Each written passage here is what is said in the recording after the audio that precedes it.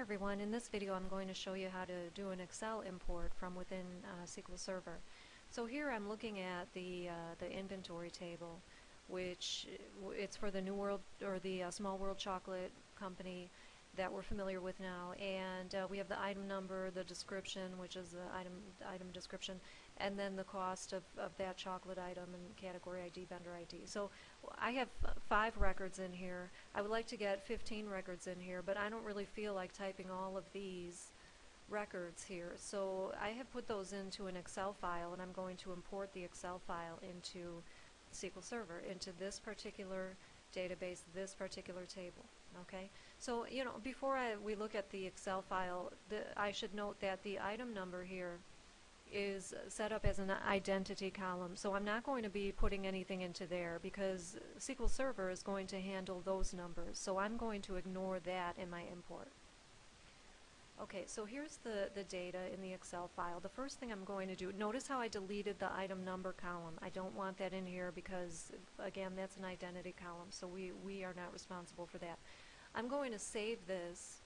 I'm going to do a save as. I'm going to put it on my desktop, and I'm going to, very importantly, save this as Unicode text. I mean, this isn't the only way of doing it, but I find that the Unicode text is probably the least problematic.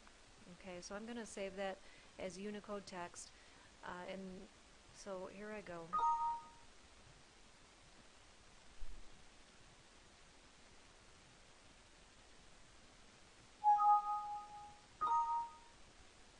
Okay, so here's the Unicode text file that's going to ultimately be imported. Okay, so what I'm going to do is I'm actually not, you don't do this through the Management Studio. I'm actually going to go through a different tool.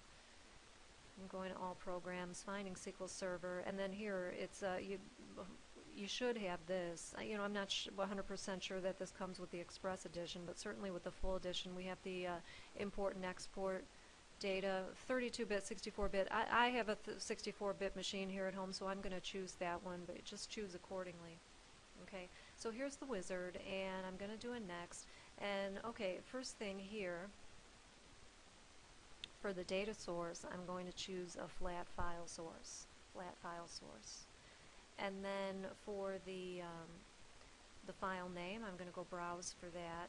Okay, yeah, we should be okay here. There it is.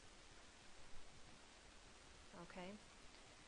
And I've checked, I don't know if that's checked by default, but I have the Unicode checked, so make sure that that is checked because we are dealing with Unicode text. Okay, format, we're not going to touch that. The header row delimiter, I think, let's do a tab here. Let's do a tab. We'll see if there's a problem. Okay, yeah, that was it. So do a tab at that point. And so it's giving you a preview of the data here. All right. And you know what? I think, I don't think it's going to hit that advanced by default, so be careful here. I had some issues, especially... Here, let me stretch this out. This column in particular is rather wide. The text there is rather wide. When I go to the advanced, looking at the item description here, we have the, everything here is pretty much the same, but the column output width, this is really, I think, referring to the buffer as the data is coming in. It's not like the column setup in the database is like 100 characters. That's more than enough for the data that we saw, but this was giving me a problem here, so I'm going to change that to 100 characters, and that should be okay. I was getting a truncation error on that particular row in the data in the data file and that particular column. So you may have to do some fiddling. Okay. So anyway, I'm going to do a next. Okay, and then here, basically, this is asking for. Okay, so we've set up the source file, the data coming in. Here I'm going to. Oh, that wasn't what I wanted. The name of the server. Sorry, I have to, I'm just going to copy it from here. Okay, so the server is our server at school at Moraine, so you can maybe copy the connection string from your login window. That would be the best way. And then I'm going to log in as student 2 in this example.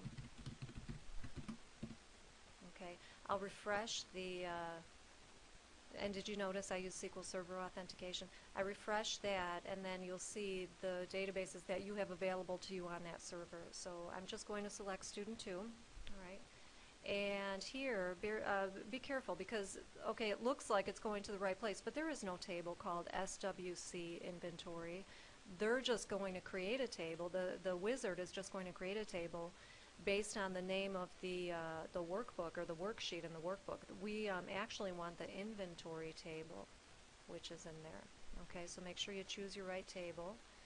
And I'm going to do it next. And then here is, okay, it's just warning you that there's the data is coming in as strings, Unicode strings, but those data elements are going to be converted to different data types during the import. So this is going to end up a varchar, this a money, and so on. So that makes sense, okay? Okay, so here I go. I'm going to do it next. Okay, and then you can run it immediately, and hopefully this will work. Okay, looks like it went okay. And now I'm going to log in as student 2 and make sure the data went in there.